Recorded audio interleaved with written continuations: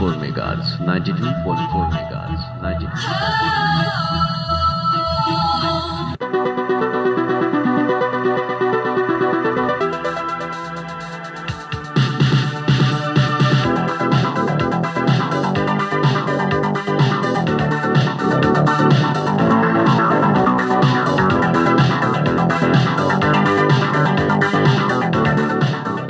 नमस्कार। रेडियो इन्द्रेणीको समाचारमूलक बिहानी प्रस्तुति रेडियो पत्रिका हाम्रो परिवेशमा सहकर्मी कल्पनासँगै म छविको तपाईंलाई हार्दिक स्वागत छ। इन्द्रेणी एफएम 92.4 मेगाहर्ज दाङबाट उत्पादन तथा प्रसारण भइरहेको हाम्रो परिवेशमा हामी विभिन्न समाचारका साथ उपस्थित छौं। दाङबाट प्रकाशित अखबार, अनलाइन संस्करणमा प्रकाशित समाचार तथा रेडियो इन्द्रेणीकै समाचार डेस्कमा तयार पारिएका समाचारहरूको संगालो हाम्रो परिवेश तपाईं इन्द्रेणी एफएम 92.4 मेगाहर्ज, इन्द्रेणी fm.com.np मोबाइल एप्लिकेशन, सामाजिक सञ्जाल तथा दाङ देउखुरीको गढवामा रहेको रेडियो साझा आवाज 88.3 मेगाहर्ज, रेडियो राप्ती 98.4 मेगाहर्ज लालमटियाबाट पनि हामीलाई अहिले एकैसाथ सुन्दै हुनुहुन्छ। हाम्रो परिवेश सुरु गरौं आजका प्रमुख खबर शीर्षकहरूबाट। लुम्बिनी प्रदेशको हिउँदे अधिवेशन सञ्चालन गर्ने गृह कार्य भएसँगै शिक्षालय व्यवस्थापनका लागि साझा सहमति, राप्ती प्रादेशिक अस्पतालले प्रदान गरेका वार्षिक सेवाको समीक्षा। देशमा दिन प्रतिदिन बढ्दो बलात्कारका घटनाहरू विरूद्ध किशोरीहरूद्वारा हिजो दाङसहित 7वटा प्रदेशमा एकैपटक विरोध प्रदर्शन, विभिन्न 7 बुँदे माग प्रस्तुत। गलकुटीको जग्गा पुजारीको छोराको नाममा अंशबण्डा, नेपाल अपाङ्ग संघको साधारण सभा सम्पन्न, लगानी मैत्री वातावरणको एजेन्डा लिएर व्यवसायी नेताहरू चुनावी प्रचारमा। र सल्यानमा जीव दुर्घटना हुँदा दाङका 1 जना सहित 3 जनाको मृत्यु। आज हामीलाई दाङबाट प्रकाशित हुने दैनिक पत्रिका गोरक्ष गणतन्त्र राप्ती पोस्ट, नयाँ युगो दैनिक पत्रिका प्राप्त छ। स्टुडियोमा प्राप्त पत्र पत्रिकाले छापेका समाचार, यसैगरी इन्द्रेणी न्यूज डेस्कमा रहेका समाचार र अनलाइन संस्करणमा प्रकाशित समाचार हाम्रो परिवेशमा रहनेछ। सुरुमा लागौं पत्र पत्रिकाले छापेका समाचार शीर्षकतर्फ। गोरक्ष दैनिकले आजको अंकमा व्यवसायी नेताहरूको टिकुलीगढमा जमघट, लगानी मैत्री वातावरणको एजेन्डा शीर्षकको समाचार प्रकाशित गर्दा बलात्कार विरूद्ध किशोरीहरू शीर्षकमा तस्बिरसहित पहिलो पृष्ठमा खबर प्रकाशित गरेको छ। अन्य शीर्षकको समाचार पनि आजको अंकमा जोडेको छ। अपाङ्गहरूका लागि राज्यले सोच्नु पर्दछ शीर्षकको समाचार आजको राप्ती पोस्ट दैनिकले प्रमुखताका साथ प्रकाशित गर्दा नाकाबासीका सपना पर्केल्दै थापा शीर्षकको समाचार प्रकाशित गरेको छ। सचिवालय बैठक बसाल्न ओली अनिच्छुक शीर्षकको राजनीतिसँग जोडिएको समाचार राप्ती पोस्ट दैनिकले पहिलो पृष्ठमा प्रकाशित गर्दा दाङसहित 7 प्रदेशमा बलात्कार विरूद्ध प्रदर्शन शीर्षकको समाचार, थापाद्वारा लिखित नाकाबासीका सपनाको विमोचन शीर्षकको समाचार छ। कुटीको जग्गा पुजारीका छोराको नाममा अंशबण्डा, नेताहरू भन्छन् चलखेल भयो, कुटी रित्तै शीर्षकको समाचार आजको गणतन्त्र दैनिकले प्रमुखताका साथ प्रकाशित गरेको छ।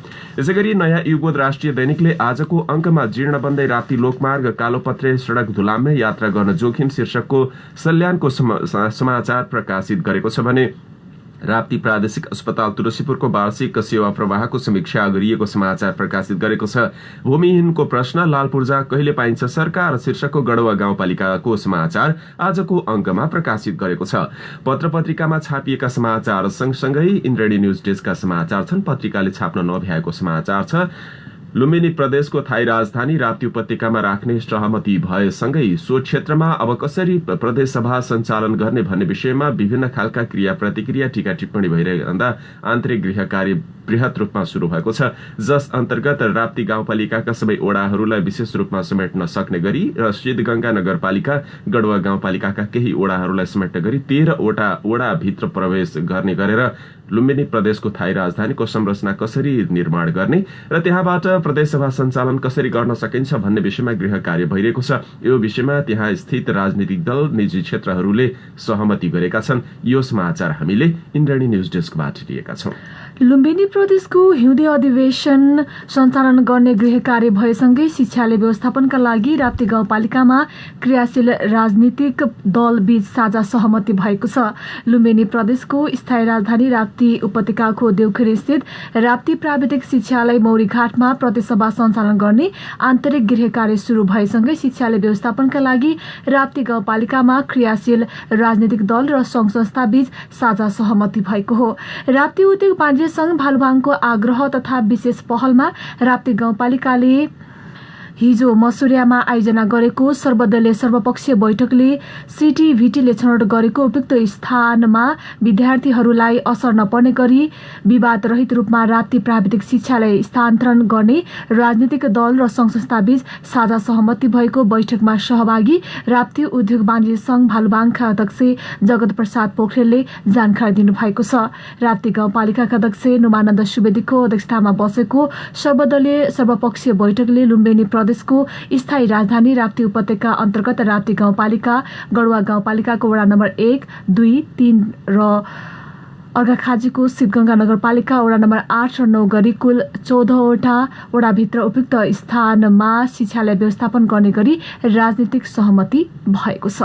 यता प्रदेशसभाको 7औं हिउँदे अधिवेशन राप्ती प्राविधिक शिक्षालयमा सञ्चालन गर्ने तयारीको खबर सार्वजनिक भएपछि पछिल्लो समय विभिन्न संघ संस्था तथा संगठनले विभिन्न सञ्चार माध्यम तथा सामाजिक सञ्जाल मार्फत प्रेस विज्ञप्ति जारी गर्न थालेका छन्।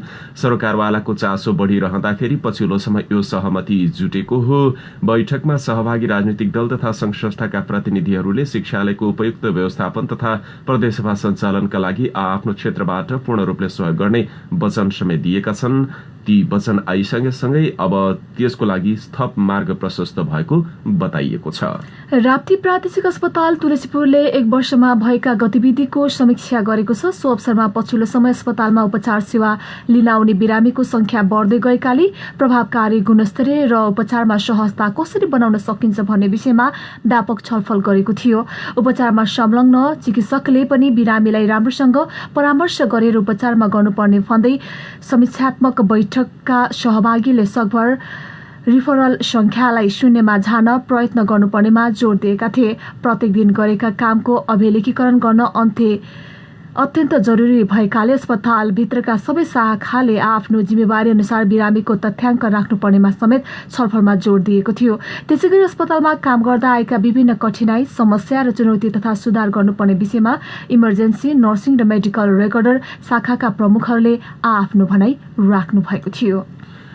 मेरो जग्गा राप्ती नदीको बगरमा छ, अहिले खोला हिँडिरहेको छ। 2049 सालमा नदीले जति काटे पनि पछि भूमिहीन बनेर अर्काको जग्गा बटैया जोतेर जीविका चलाएका छौं। 2062 सालदेखि गढुवा 5 धर्मपुर छोडेर सामुदायिक वन समूहको क्षेत्र भवनी बस्ती शिविरमा बस्दै आउनुभएकी आरती चौधरीको भनाई हो। यो भूमि भए पनि भूमिहीन जस्तै भएर बस्नु परेको आफ्नो दुखेसो उहाँले यसरी हिजो आयोजित एक कार्यक्रममा सुनाउनुभयो। आरती चौधरीको जस्तै गढुवा 5 कक्रौवाकी जेविका विकले पनि लामो समयदेखि चिउरीघाट वन समूहले उपलब्ध गराएको ऐलानी ठाउँमा बस्दै आउनुभएको छ। स्थानीयले आफूले गरेको खेतीमा गाई चराएर प्रताडित गराएको उहाँको कथन पनि रहेको छ। उहाँ जस्तै सन्तीराम चौधरी, सरिता चौधरीले पनि नदीले जमिन काटेपछि भूमिहीन भएर बस्नु परेको र हालसम्म सरकारले पूर्जा नदिएको गुनासो व्यक्त गर्नुभयो। भूमि सम्बन्धी विषयमा सोसाइटी वेलफेयर एक्सन नेपाल स्वानको आयोजनामा हिजो स्थानीय तह र सरकारवाला बीच भएको संवाद कार्यक्रममा उपस्थित नागरिकहरूले गढुवा गाउँपालिकाका अध्यक्ष सहजराम यादव सामु यस्ता गुनासाहरू व्यक्त गरे।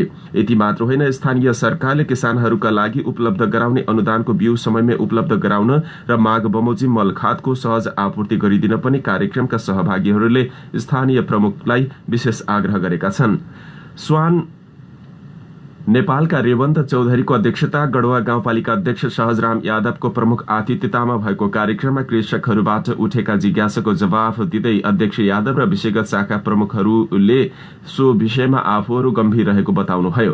कार्यक्रममा गाउँपालिका अध्यक्ष यादवले नेपाल सरकारले भूमि सम्बन्धी समस्या समाधान गर्न आयोग गठन गरी काम अघि बढाइसकेको र स्थानीय स्तरमा पनि यो कार्य केही समयमै अगाडि बढ्ने भन्दै छिट्टै सुकुम्बासी तथा भूमिहीनहरूलाई पूर्जा वितरण गर्ने कार्यक्रम नेपाल सरकारले अगाडि ल्याउने बताउनु भएको छ।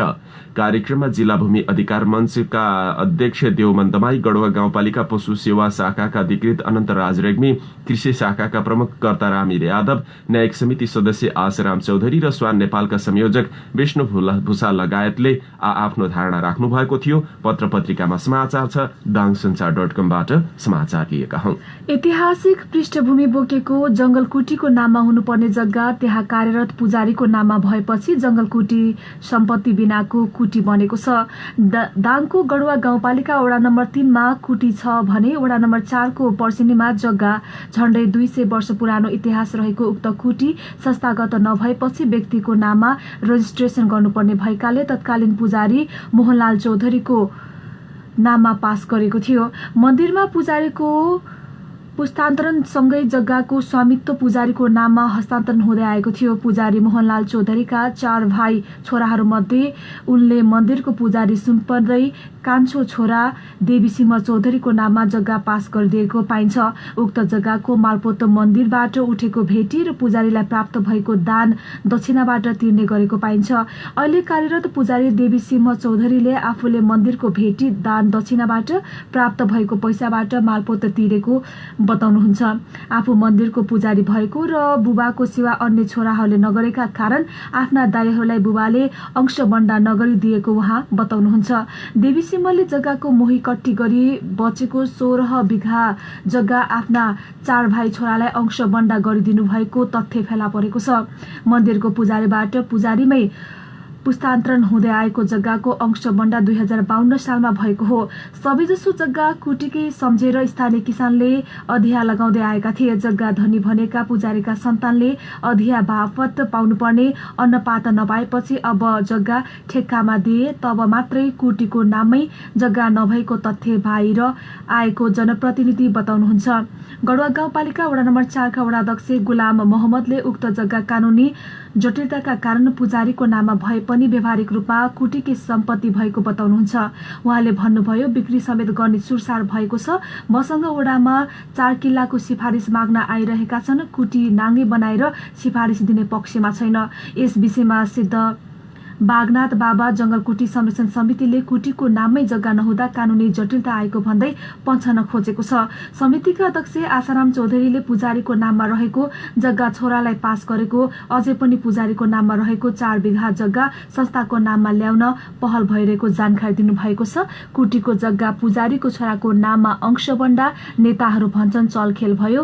कुटी रित्तै तस्बिर सहित यो खबरलाई आजको गणतन्त्र राष्ट्रिय दैनिकले छापेको छ। हिन्दू जागरण नेपाल विद्यार्थी संघको दाङ जिल्ला अध्यक्षमा गौतम चौधरी सर्वसम्मतिले चयन हुनुभएको छ। संघको हिजो राप्ती गाउँपालिका वडा नम्बर 4 मौरीघाट स्थित श्री मावि मौरीघाटमा भएको पहिलो अधिवेशनले चौधरीकै अध्यक्षतामा 3 सदस्यीय पद रिक्त रहने गरी नयाँ कार्य समिति चयन गरेको छ।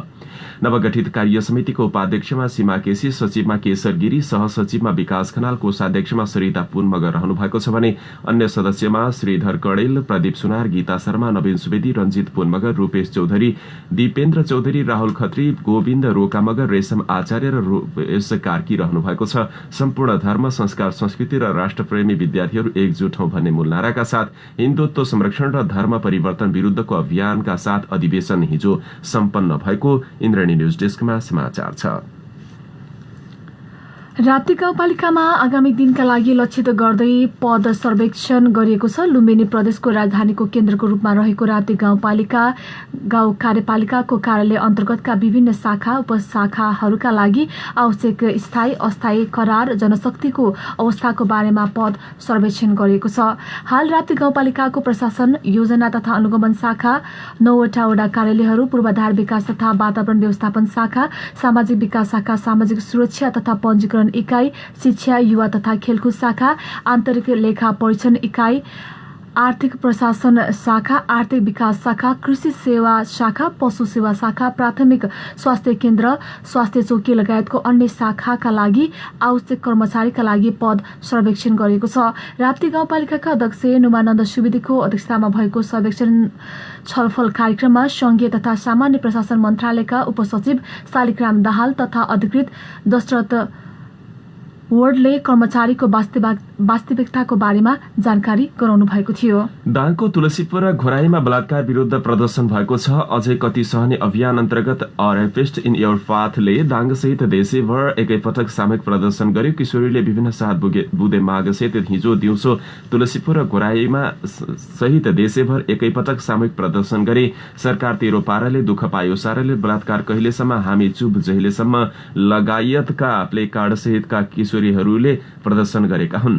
पाथले जबरजस्ती करणीमा हद म्याद नलाग्ने व्यवस्था हुनुपर्ने, जबरजस्ती करणी कसुर भए कम सजाय तोक्न नमिल्ने व्यवस्था हुनुपर्ने, राष्ट्रपतिद्वारा यस कसुरमा माफी वा मुल्तवी परिवर्तन वा कम सजाय दिन नमिल्ने व्यवस्था हुनुपर्ने, उमेर अनुसार कैद सजाय हटाई 18 वर्षमाथि भए जन्म कैद र मुनि भए आजीवन कारावासको व्यवस्था हुनुपर्ने लगायत 7 बुँदे माग अघि सारेको छ।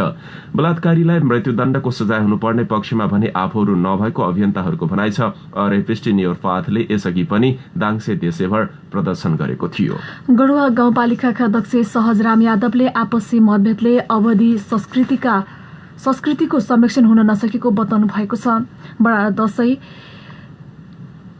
करुवा चौथ, दीपावली र छठ पर्वको अवसरमा आयोजना गरेको शुभकामना आदान प्रदान तथा पुस्तक विमोचन कार्यक्रममा अध्यक्ष यादवले उक्त कुरा बताउनु भएको हो। साथै अवधि संस्कृतिको संरक्षणको लागि सबै पुस्ता एकजुट भएर लाग्नुपर्ने भन्दै समाजमा रहेको कुरीति कुसंस्कार हटाउन र राम्रा रीतिरिवाजको अनुसरण गर्न आवश्यक रहेको यादवको भनाइरहेको छ। नेपाल अवधि संस्कृति संरक्षण प्रतिष्ठान गढुवाको आयोजना र राजपुर तथा गढुवा गाउँपालिकाको विशेष सहयोगमा कार्यक्रम भएको हो। गढुवा गाउँपालिकाका अध्यक्ष सहजराम यादवको प्रमुख आतिथ्य तथा नेपाल अवधि संस्कृति संरक्षण प्रतिष्ठान गढुवाका रामगोपाल यादवको सभापतित्वमा भएको कार्यक्रममा नेपाल संस्कृति संरक्षण प्रतिष्ठानका मुखपत्र अवधि दर्पणको विमोचन गरिएको थियो। अपाङ्गता भएकाहरूलाई अधिकार प्रदान गर्न राज्यले सोच्नुपर्ने धारणा हिजो घोराईमा आयोजित एक कार्यक्रमका वक्ताले दिएका छन्। नेपाल अपाङ्ग संघ खगेन्द्र नवजीवन केन्द्र स्वर्गुदारी शाखाको 7औं साधारण सभाको उद्घाटन समारोहका वक्ताहरूले सो कुरामा जोड़ दिएका हुन्। नेपाल अपाङ्ग संघ खगेन्द्र नवजीवन केन्द्र दाङ शाखाको साधारण सभाको उद्घाटन गर्दै लुम्बिनी प्रदेश सदस्य अमर बहादुर डाँगीले अपाङ्गता भएकाहरूको अवस्था सुधार गर्न राज्यले नै योजना बनाउनु पर्नेमा जोड़ दिनुभयो। अपाङ्गता भएकाहरूलाई आत्मनिर्भर बनाउन संस्थागत रूपमा भूमिका खेल्नुपर्ने भन्दै सामाजिक संस्थाहरूले राज्यको सहयोगीका रूपमा भूमिका खेल्नुपर्नेमा जोड़ दिनुभयो। दाङमा अपाङ्गता भएकाहरूको क्षेत्रमा अपाङ्ग संघले काम गरिरहेकोमा प्रशंसा व्यक्त गर्दै कुनै पनि काम गर्दा हीनताबोध त्यागेर गर्नुपर्नेमा जोड़ दिनुभयो। उहाँले अपाङ्गता भएकाहरूलाई आफू कमजोर छु भन्ने भावना त्याग्न पनि विशेष अनुरोध गर्नुभएको छ। अपाङ्गता भएकाहरूलाई आत्मनिर्भर बनाउन संस्थाले भूमिका खेल्नुपर्ने भन्दै संस्थाको गतिशीलतालाई निरन्तरता दिँदै सबैसँग समन्वय गरेर जान सुझाव समेत दिनुभएको छ। नेपाल अपाङ्ग संघ स्थापनादेखि संस्थागत विकासमा आफूले सुरुबाटै वकालत गर्दै आएको बताउँदै सांसद डाँगीले अपाङ्गता भएका व्यक्तिहरूको हक हितसँगै आत्मनिर्भर बनाउने गरी काम गर्न सुझाव समेत दिनुभएको छ।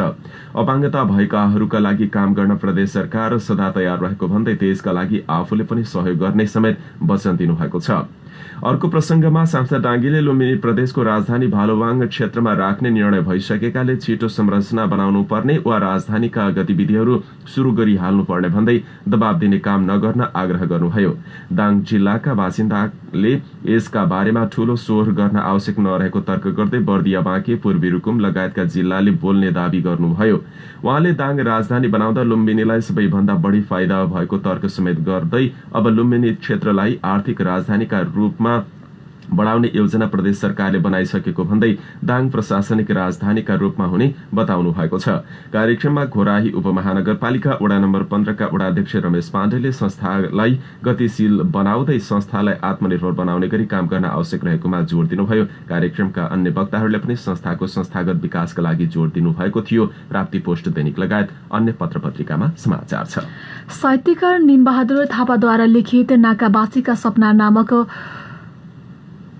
पुस्तककार कृतिको विमोचन गरेको छ। नेपाल स्तम्भकार समाज दाङको आयोजनामा हिजो दाङ घोराईमा समाजका अध्यक्ष केबी मसालको अध्यक्षतामा भएको कार्यक्रममा प्रमुख अतिथि वरिष्ठ साहित्यकार डाक्टर अमर गिरी तथा विशिष्ट अतिथि अग्रज पत्रकार एवं साहित्यकार नारायण प्रसाद शर्माले उक्त कृतिको लोकार्पण गर्नुभएको थियो भने सो कृतिको समीक्षा देवखरी साहित्यिक मञ्चका अध्यक्ष एवं साहित्यकार हरि पोखरेलले गर्नुभएको थियो।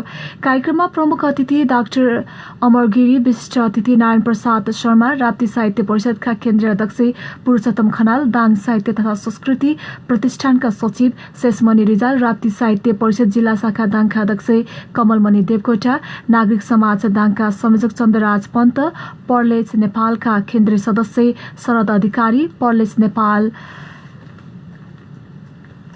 लुम्बिनी प्रदेशका संयोजक केशव थापा, साहित्यकार डाक्टर कृष्णराज डीसी लगायतले बोल्नु भएको थियो। नेपाल उद्योग वाणिज्य महासंघको आसन्न महाधिवेशनलाई लक्षित गर्दै व्यावसायिक नेताहरू जमघटमा व्यस्त छन्। हिजो दाङको टिकुलीगढमा ती नेताहरू जमघट भए। चुनावी माहौलमा आएका वर्तमान वरिष्ठ उपाध्यक्ष चन्द्र ढकालको टोली पश्चिम नेपालको प्रचार प्रसारसँगै लुम्बिनी प्रदेशको थाई राजधानी देउखुरीमा समेत आइपुगेको छ। कार्यअवधि सकिए पनि कोरोना भाइरसको संक्रमणका कारण पटक पटक अधिवेशन चलिरहेको अवस्थामा आउँदो मंसिर 10 गतेदेखि हुन लागेको अधिवेशनको निश्चित भएसँगै चुनावी मैदानमा अहिले उनीहरू देशदौडामा हिँडेका छन्। त्यही अनुरूप देउखुरीमा वरिष्ठ उपाध्यक्षका लागि प्रत्याशी उम्मेद्वार चन्द्र ढकालले मुलुकको आर्थिक समृद्धिसँगै लुम्बिनी प्रदेशको आर्थिक समृद्धि र आर्थिक समृद्धिका लागि आफूले वृहत योजना ल्याउने बताउनुभयो। देउखुरीमा कुरा गर्दै वरिष्ठ उपाध्यक्षका उम्मेद्वार ढकालले स्वर्गद्वारीमा केबल कारको योजनालाई साकार बनाउन लगानी मैत्री वातावरण बनाउने आफ्नो जिम्मा भएको बताउनु भएको छ। आफूले लगानी मैत्री वातावरण खोजिरहेको अवस्थामा पछिल्लो समयमा कोरोना भाइरसको संक्रमणले केही असहज परिस्थिति भए पनि समानुपातिक विकासमा आफू सदैव लागिरहने वचन समेत दिनुभएको छ। दाङबाट विमल रिजाललाई जिताएसँगै केन्द्रमा आफूले चुनाव जितेको अवस्थामा आर्थिक समृद्धिको नयाँ खाका लिएर मुलुकलाई आर्थिक समृद्धिमा लैजाने आफूहरूको योजना भएको पनि उहाँले बताउनुभयो। यो अभियान अघि बढिसकेको भन्दै उहाँले अब अधिवेशन नसर्नेमा ढुक्क हुन पनि आम व्यवसायीमा अपील गर्नुभएको छ। चुनावी अभियानका साथ अघि बढ्नुभएका उपाध्यक्ष चन्द्री ढकाल पनि चुनावी माहौलमा उभिनु भएको छ।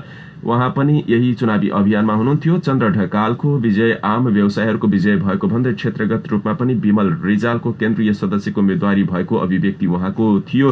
यसैबीच सोही कार्यक्रममा तुलसीपुर उद्योग वाणिज्य संघका निवर्तमान अध्यक्ष तथा नेपाल उद्योग वाणिज्य संघका प्रत्याशी विमल रिजालले सबै क्षेत्रका व्यवसायीहरूको आर्थिक समृद्धिका लागि आफ्नो उम्मेद्वारी भएको बताउनु भएको छ। लगानी मैत्री वातावरणको एजेन्डा लिएर व्यवसायी नेताहरू अहिले चुनावी प्रचार प्रसारमा व्यस्त छन्। गोरक्ष दैनिकमा समाचार छ। दाङमा रासायनिक मलको अभाव भएको छ। गहुँ खेती शुरू हुन लाग्दा जिल्लामा मलको अभाव देखिएको हो। जिल्लामा मल आपूर्तिको जिम्मा पाएको कृषि सामग्री कम्पनी लिमिटेडले हाल आफूहरूसँग एक बोरा पनि मल नभएको जनाएको छ। साल ट्रेडिङले भने जिल्लामा मल केही मात्रामा उपलब्ध गराएको बताएको छ। धान खेतीमा मलको अभाव बेहोरेका किसानले गहुँका लागि पनि मलको अभाव खेप्नु परेको कृषकहरूले बताइरहेका छन्। जिल्लामा करिब 1000 टन डीएपी मल आवश्यक पर्दछ। गोदाममा डीएपी युरिया मल एक बोरा पनि मौजदात नभएको कृषि सामग्री कम्पनी लिमिटेड तुलसीपुरका प्रमुख तीर्थ न्यौपानेले बताउनुहुन्छ। न्यौपानेले 2-4 दिनभित्र डीएपी मल आउने बताउनुहुन्छ। तर युरिया मल भने कहिले आउँछ भनेर कुनै टुङ्गो नभएको बताउनुहुन्छ। राप्ती लोकमार्ग अन्तर्गत दाङ सल्यान रुकुम खण्ड जीर्ण बन्दै गएको छ। लोकमार्गमा अहिले कालोपत्री उब्किएपछि केही समय अघि टालटुल गरिएको थियो, तर टालटुल गरिएको उब्किएपछि पुनः उस्तै समस्या दोहोरिएको छ।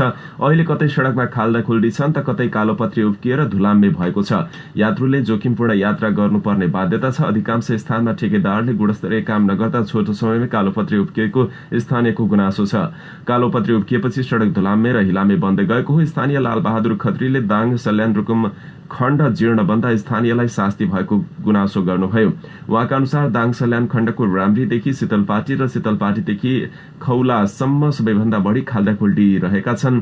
सड़क पूर्ण रूपमा पिच भए तुलसीपुरदेखि सल्यान खलंगा आउन बढीमा 1.5 घण्टा लाग्ने, तर जीर्ण सड़कका कारण गाड़ीले 4 घण्टा बढी समय लगाउने गरेको उहाँको कथन छ। गाड़ी चालक समेत रहनुभएका उहाँले सड़क जीर्ण बनेपछि यात्रा गर्दा गाड़ीले उफार्ने पछार्ने गर्दछ। यात्रु गन्तव्यमा नपुग्दै बिरामी पर्ने अवस्था रहेको छ। यात्रा गर्न जोखिम पनि उत्तिकै छ। वर्षातमा हिलो र हिउँदमा धुलोका कारण नागरिकले शास्ति पाउँदा पनि सम्बन्धित निकाय मौन रहेको उहाँको गुनासो छ। यातायात व्यवसायी प्रकाश भण्डारीले राप्ती लोकमार्गको सबै क्षेत्रमा खाल्डाखुल्डी हुँदा गाड़ी चलाउन निकै कठिनाई भएको बताउनुभयो। सड़क मर्मतको नाममा करोडौं रकम विनियोजन गरिए पनि सड़कको अवस्था बिग्रिँदै गएको उहाँले बताउनुभयो। तर सम्बन्धित निकाय मौन बस्दा समस्या भएको दुखेसो छ। अस्तव्यस्त राप्ती लोकमार्गका कारण गाड़ी दुर्घटना पनि बढेको छ। सड़क निर्माण भएको लामो समयसम्म पनि सड़क चौडा नभएका कारण सड़क जीर्ण बन्दै जाँदा दुर्घटना समेत बढेको, सड़क साँघुरो हुनु, खाल्डा खुल्टी हुनु र गाडीलाई घुम्तीमा साँघुरो हुनुका कारण पनि दुर्घटना बढेको जिल्ला ट्राफिक प्रहरी कार्यालय सल्यानका इन्चार्ज प्रहरी सहायक निरीक्षक सन्दीप विकको भनाइ छ। राप्ती लोकमार्गमा थुप्रै गाडी दुर्घटना सोही कारण पनि हुने गरेको छ। नयाँ युग दैनिकमा यो समाचार छ। शान्तिनगर गाउँपालिकामा बाल विवाह उन्मूलनका लागि रणनीतिक योजना मस्यौदामाथि छलफल गरेको छ।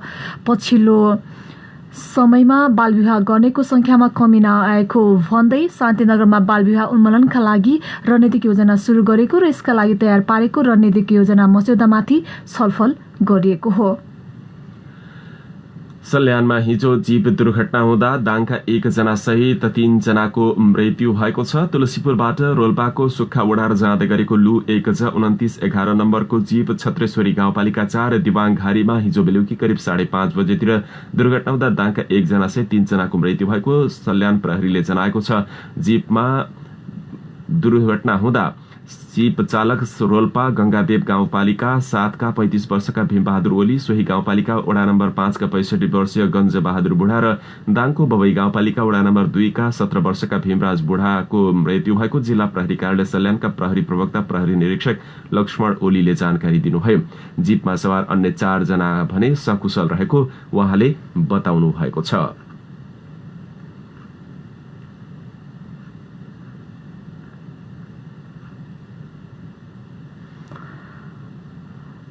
कञ्चनपुरको महाकाली नगरपालिका 1 मा हुने भनेको देशकै गौरवको आयोजना सुक्खा बन्दरगाहको निर्माणका लागि प्राविधिक टोलीले अध्ययन शुरू गरेको छ। सुक्खा बन्दरगाहसँगै अन्तर्देशीय व्यापारिक केन्द्र समेत स्थापना हुने क्षेत्रको प्राविधिक मूल्याङ्कन शुरू भएको हो। सुक्खा बन्दरगाहसँगै अन्तर्देशीय व्यापारिक केन्द्र बनेपछि यस क्षेत्रको विकास हुने अपेक्षा गरिएको छ। यही कार्तिक 16 गतेबाट उद्योग वाणिज्य तथा आपूर्ति मन्त्री लेखराज भट्टसहित पुगेको प्राविधिक टोलीले कञ्चनपुरको महाकाली नगरपालिकामा बन्ने सुक्खा बन्दरगाहसँगै अन्तर्देशीय व्यापारिक केन्द्रको प्राविधिक मूल्याङ्कन शुरू गरेको छ। यिनै विविध समाचारका साथ हामी हाम्रो परिवेशको अब अन्त्यमा छौं। जाँदा जाँदै प्रमुख समाचार शीर्षक फेरि एकपटक। लुम्बिनी प्रदेशको हिउँदे अधिवेशन सञ्चालन गर्ने गृह कार्य भएसँगै शिक्षालय व्यवस्थापनका लागि साझा सहमति, प्राप्ति प्रादेशिक अस्पतालले प्रदान गरेका वार्षिक सेवाको समीक्षा। देशमा दिन प्रतिदिन बढ्दो बलात्कारका घटनाहरू विरुद्ध किशोरीहरू हिजो दाङसहित सातै प्रदेशमा एकैपटक प्रदर्शनमा उत्रिए। विभिन्न 7 बुँदे माग प्रस्तुत। जंगलकुटीको जग्गा पुजारीको छोराको नाममा अंशबण्डा, नेपाल अपाङ्ग संघको साधारण सभा सम्पन्न। लगानी मैत्री वातावरणको एजेण्डा लिएर व्यवसायी नेताहरू चुनावी प्रचारमा। र सल्यानमा जीव दुर्घटना हुँदा दाङका 1 जना सहित 3 जनाको मृत्यु। हवस् त, हाम्रो परिवेशको समय सकियो। हामीलाई सुनेर साथ दिनुहुने यहाँहरू सबै श्रोतालाई धेरै धन्यवाद। सहकर्मी कल्पना अनि म छवि आज्ञा माग्छौं। नमस्कार।